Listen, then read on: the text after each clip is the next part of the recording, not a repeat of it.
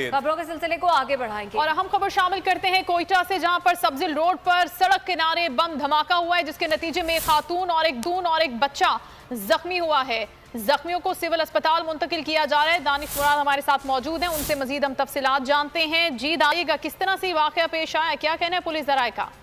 जी देखिए, के मुताबिक अब तक जो काम का कहना है कि ये सब्जल रोड पर जो अमीर मोहम्मद दश्ती पुलिस स्टेशन के बाहर भी धमाके की जो है वो इत्तला मिली। इसके बाद पुलिस और जो दीगर कानून नाफिज करने वाले इदारे हैं, उन्होंने स्पॉट पर पहुंचकर इलाके को जो है वो कॉर्डन ऑफ कर दिया। और इस वक्त जो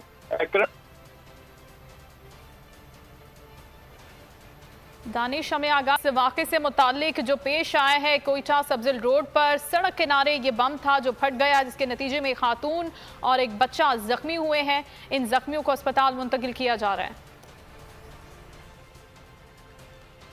खेल के मैदान से